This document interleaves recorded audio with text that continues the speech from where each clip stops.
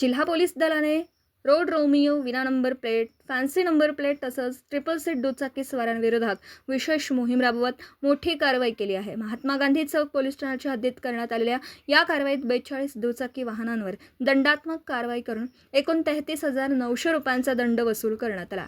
सांगलीचे पोलीस अधीक्षक तुषार दोशी, अपर पोलीस अधीक्षक कल्पना बारावकर आणि उपविभागीय पोलीस अधिकारी अजय कोकाटे यांच्या मार्गदर्शनाखाली ही विशेष मोहीम राबवण्यात आली. महात्मा गांधी चौक पोलीस ठाण्याचे प्रभारी सहाय्यक पोलीस निरीक्षक संदीप शिंदे यांच्या नेतृत्वाखाली पोलीस पथकाने शहरातील Kupwad road, Chhatrapati Shivaji Maharaj road, railway station परिसर, आंबेडकर उद्यान तसेच शाळा, महाविद्यालय आणि रुग्णालय परिसरात नाकाबंदी व गस्त घालत ही कारवाई केली. कारवाई दरम्यान विना number plate, fancy number plate आणि ट्रिपल सीट प्रवास करणाऱ्या दुचाकी स्वारांची तपासणी करण्यात आली.